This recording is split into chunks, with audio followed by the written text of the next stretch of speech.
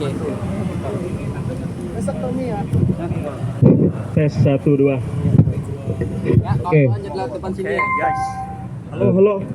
Oke, bersama saya ketemu lagi kita di podcast on the spot ya. Kita akan membahas tentang isu-isu yang sedang terjadi di daerah di sekitar kita. Baiklah, sekarang saya ada di depan gedung DPRD Provinsi Kalimantan Tengah, yang mana di sini ada aksi menolak RKUHP.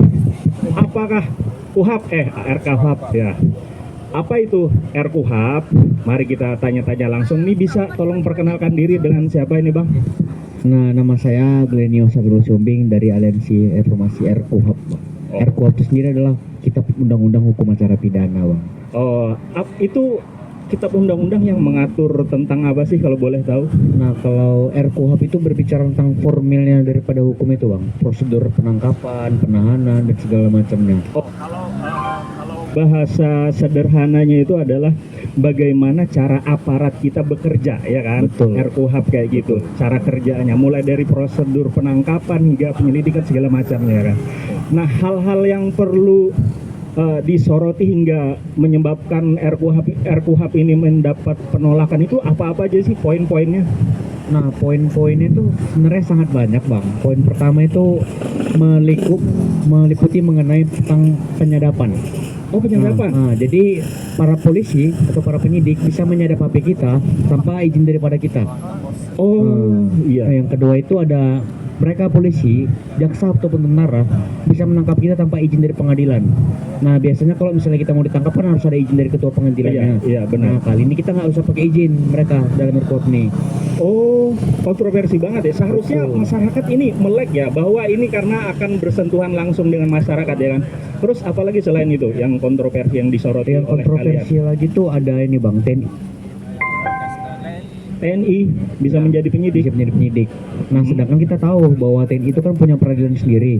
Kalau di hukum itu namanya peradilan koneksitas atau peradilan militer. Oh, Nah, jadi karena mereka ini punya peradilan sendiri, mereka tuh nggak punya hak untuk mengambil lingkup sipil. Tapi di RKUHP ini dibenarkan secara hukum, Bang. padahal kan kalau militer ya khusus berperang ya, kok mereka bisa masuk ke situ sangat. Jadi kalau untuk batas TNI anggota militer ini, batasnya ada nggak sih yang diatur di dalam RKUHP ini? Sebenarnya karena nggak ada batasan itu makanya kontroversial, Bang. Wow, jadi ini kayak gabungan ya, aneh banget. Bisa TNI Polri menyelidiki masyarakat sipil, ya kan? Terus ada lagi nggak sih selain itu juga poin-poin hal lain? Ada juga, Bang, itu di bagian akuntabilitas pelaporan. Nah, jadi biasanya kalau kita melapor itu kan ada proses-proses tertentunya. Ya. Nah, di sini kita tuh nggak bisa melapor langsung ke polisi. Oh, Nah, tapi kita ini melapornya melalui kuasa hukum, dan kuasa hukum kita itu dipilih oleh polisi. Yang seharusnya kita kan punya hak tersendiri, dilindungi oleh undang-undang juga tentang prosedur bantuan hukum. Ya, itu namanya pro bono namanya, Bang. Iya, Bantuan hukum. sukarela ya kan, gratis. Betul. Dari disediakan oleh negara. Di seluruh negara. Kalau itu prodeo namanya, Oh, Bang. prodeo ya. Nah, pro bono itu emang dari LBH biasanya. Nah, di situ ada dugaan manipulasi bukti. Nah, di sini kan ada namanya tuh, Bang, bahasa singkatnya tuh kita tuh bisa mengakses bukti duluan. Tanpa Apa tadi? bisa mengakses bukti duluan. Oh, bisa mengakses bukti Nah, itu duluan. mereka-mereka yang jadi penyidiknya. Sedangkan kalau misalnya kita pakai sistem hukum kita, Iya. nah itu nggak bisa, Bang. Kecuali kita ini pakai sistem hukum di Amerika sana. Itu namanya Anglo-Saxon. Nah, itu baru bisa karena sistem itu kan juri yang menilai. Oh iya, Nah, kita kan nggak pakai juri, kita pakai Iya, hakim. iya, iya. Terus itu ada juga mengenai RJ, Restorative Justice. Iya, iya. Seyogianya Restorative Justice adalah mengembalikan hak pelaku Iya. maupun korban. Nah, di sini itu mencoba untuk meretribusikan. Sedangkan di KUHP yang udah diperbaiki sekarang yang baru, itu sistemnya nggak pakai lex talionis atau sarana balas dendam. Oh, Nah, tapi di sini tuh dibenarkan balas dendam. Oh, Nah, jadi emang udah salah kaprah dia, Pak. itu katanya juga penahanan tanpa ada batas waktu juga diatur di situ. Betul, Bang. Iya. Oh, biasa kalau yang hukum RKUHP yang ini apa batas penahanannya berapa? Batas penahanan itu seyogianya 7 hari atau 14 hari, Bang. 14 hari. Sedangkan yang terbaru RKUHP ini tidak ada batas penahanan ya. Terus juga katanya ada terkait penggeledahan tidak perlu pakai surat. Nah, itu tadi tanpa izin pengadilan dia, Bang. Tanpa izin pengadilan. Betul. Oh, itu ya, itu sangat kontroversi banget. Betul. Ini yang jelas aja kayak gini banyak penggeledahan yang semena-mena ya kan. Iya, bisa main segala macam lah. Apalagi ini bisa tanpa ada surat, malah makin parah tindak tanduknya kayaknya seperti ini. Dan juga katanya kan penangkapan yang barang buktinya belum dicari, katanya nanti setelah ditangkap baru dicari-cari. Nah itu sebenarnya udah salah kaprah bang. Sebenarnya kan di hukum kita ini kan pakai istilah novum atau bukti baru. Iya, sebenarnya itu dibenarkan. Tapi kalau misalnya ditangkap duluan tanpa ada bukti, iya, itu nggak bisa karena bertentangan dengan ini bang, ada nama asasnya. Mungkin bahasa Latinnya bang lah. In criminalibus probationem dedem exclusi clariores. Kalau bahasa Dayaknya apa itu? Bahwa dalam perkara pidana itu bukti-bukti harus lebih terang daripada cahaya, minimal 2 alat bukti. Oh iya benar, jadi, minimal 2 alat bukti. Ya. Jadi banyak sekali sebenarnya hal-hal kayak gini ini sangat bersentuhan sekali karena ini mengatur hajat orang banyak, tentunya khusus masyarakat sipil kan yang akan bersentuhan langsung dengan aparat-aparat, karena kita sebagai objek hukumnya lah yang bakalan mereka selidiki apa segala macam tuh kan, diinterogasi. Nah menurut nih pertanyaan sederhana, biasa banyak orang ditanya demo-demo ini dibayar nggak? Nah itu sebenarnya pertanyaan yang klise bang. Iya, nah, banyak itu ini demo dibayar. Nah, itu kira-kira coba tolong pencerahan buat teman-teman. Sebenarnya adalah menentukan aksi bayaran atau tidak itu sebenarnya simpel aja teman-teman. Kalau aksi bayaran itu jelas dia tuh mensubjektifikasikan satu orang. Contohnya adalah misalnya nih saya nih demo katakanlah saya demo Indonesia gelap ya. Nah saya tuh mensubjektifikasikan cuman adili Jokowi adili Jokowi, adili Hasto ataupun adili Tom Lembong. Nah itulah kalau aksi bayaran itu bang. Kedua, kalau aksi bayar itu sangat kelihatan jelas settingannya. Karena settingan aksi pada umumnya itu nggak terbatas bang. Nah, kalau misalnya dibayar itu terbatas. Dan biasa tuh ada istilahnya negosiasi di belakang. Di meja kopi itu sering sekali terjadi bang. Iya. Katanya benar nggak sih kayak demo-demo kemarin, bahkan presiden aja ngomong katanya Indonesia gelap dibayarin koruptor. Menurut kamu nih sebagai mahasiswa juga? Oke, sebenarnya tuh sangat disayangkan sekali ketika pemimpin negara kita yang mengatakan seperti itu. Sedangkan Pak Prabowo sendiri tidak bisa membuktikan, mendalikan secara pribadi apakah betul di dana atau tidak. Pak Prabowo memakai argumentum ad hominem atau argumentum yang menyerang pribadi. Agar apa? Agar masyarakat takut dan tidak akan ada lagi aksi-aksi. Jadi tujuannya itu hanya untuk menggiring media bang. Padahal juga itu kocak kan ya, seandainya demonya dibayar, itu adalah tuntutannya itu terkait perampasan aset kalau nggak salah. Mana ada koruptor yang ngebayar untuk memberatkan hukuman para koruptor?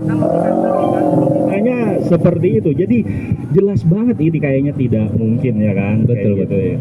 Terus juga terkait isu-isu RKUHP ini, apalagi sih yang mau ditambahin atau dikasih tahu untuk supaya masyarakat lebih aware, lebih sadar nih bahwa ini untuk kita semua nih. Apa harapannya kepada masyarakat, biar masyarakat ini sebenarnya aksinya nggak cuma untuk mahasiswa atau apa, dan ini juga untuk masyarakat sipil, biar masyarakat ini sipil ikut juga terlibat dalam kayak aksi-aksi langsung kayak gini. Sebenarnya kalau harapan cuma satu sih bang, kebanyakan manusia kalau misalnya kita meninjau dari segi filsafatnya bakalan merasa kalau belum kena pasti belum merasa. Jadi yang aku harapkan dengan adanya gerakan-gerakan seperti ini, masyarakat sadar bahwa sebenarnya yang kena itu bukan kami yang ini aja yang bersuara, tapi semuanya kena. Benar. Nah, dengan itu marilah kita berdikari sebagaimana dikatakan Soekarno, berdikari secara ekonomi, politik, dan berdikari secara diri sendiri, mentalitas. Berhimpun ya kan kita antara masyarakat, mahasiswa dan semua elemen ya kan kayak gitu. Ini kayaknya juga RKUHP ini apakah wacana apakah ini bakalan disahkan dalam waktu dekat atau kapan sih kalau sepengetahuannya? Kalau menurut pengetahuan saya ini adalah polanya sama kayak RUU TNI bang. Ini polanya sama. Jadi hari ini nanti dibilang ditiadakan sidangnya. Namun dibalik itu semua pasti sidang tetap berjalan. Dan kemungkinan paling tidak 2 minggu atau seminggu lagi udah disahkan ini bang. Karena polanya sama. Jadi dalam waktu dekat ini pasti, bang. Kayaknya bahaya banget, dan juga kita harus ini jadi sorotan perhatian kita semua ya kan, sebagai rakyat Indonesia, sebagai objek hukum. Terus kalau jadi ini gerakannya mau berapa hari sebenarnya ini? Sebenarnya dari kami itu rencana semingguan ini bang. Semingguan tiap hari? Setiap hari kalau bisa. Oh. Tiap hari biar menyadarkan, berarti ini gerakannya selama 7 hari ya, 7 hari berturut-turut. paling Itu tiap hari. kurang lebih 7 hari paling. Jadi ini tanggal berapa nih? 29 ya, 29. sampai tanggal berapa tuh? Sampai Bulan Agustus. Nggak Sampai pengen sekalian 17-an sini. kalau 17 enggak. Kenapa? Seru kali renungan malam. Oh, kalau malam 17 Agustus mau renungan malam di sini ya kan. Jadi berarti ada aksi selanjutnya kan? Betul. Itu malam minggu. Oh, malam minggu. Jadi setelah seminggu ini aksi lanjutannya apa lagi nih? Apakah ini didengarkan oleh anggota dewan nih kalau demo-demo seperti ini nih? Hah? Sebenarnya tidak sih Bang. Tapi kita coba membuka mata batin dan mata nurani mereka. Karena kan mungkin para bapak-bapak DPR atau ibu DPR di sana kan menganggap Kami ini kan malu halus. mungkin Bang ya. Ya makhluk. Ini kira kami ini makhluk halus jadi nggak Iya. kelihatan kasat mata. Padahal kita ini bagian dari rakyat kan, Betul. yang memberi mereka hak suara ketika mereka membutuhkan 5 tahun hajatan 5 tahun sekali ya kan. Betul Bang. Ini bahkan tidak ada perwakilan dari anggota DPR nih yang kayaknya datang untuk menemui kalian kayak gini. Tidak ada sama sekali Bang. Atau kalian diajak ke dalam untuk hearing atau menyampaikan RDP atau segala macam kayak gitu? Tidak ada sama sekali juga. Tidak Bang. ada. Memang dihiraukan. Waduh. Jadi kayak gimana pandanganmu terhadap anggota DPR yang kayaknya apatis dengan suara rakyat dan ketika mereka 5 tahunan itu memerlukan suara rakyat? Karena kalian ini juga salah satu representasi suara rakyat. Sebenarnya gini sih Bang. Ini yang sebenarnya yang salahnya. Adalah sistemnya. Sistem itu Membenarkan setiap tindakan mereka. Ya. Nah, tindakan-tindakan apatis dan skeptis mereka itu dibenarkan oleh sistem dan dibenarkan oleh penguasa. Pak Prabowo sendiri membenarkan itu.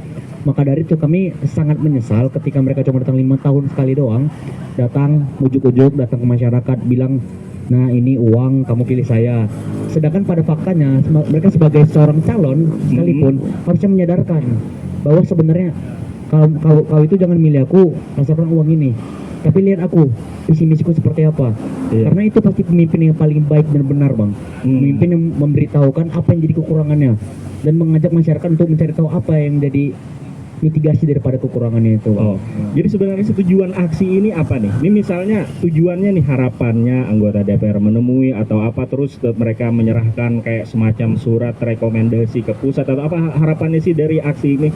Sebenarnya kalau harapan dari aksi pertama kemarin kami sudah bilang Bang, kami ingin mengajak Bapak Perwakilan ataupun Bapak Ketua DPR untuk bersama-sama membuat pernyataan sikap dengan kami. Siapa Bapak Ketua DPRD Kalteng? Pak Arton Dohong. Pak Arton Dohong. Itu kan kemarin yang minta naik gaji anggota DPRD 21 juta katanya inflasi. Kamu serius kalian minta sama dia?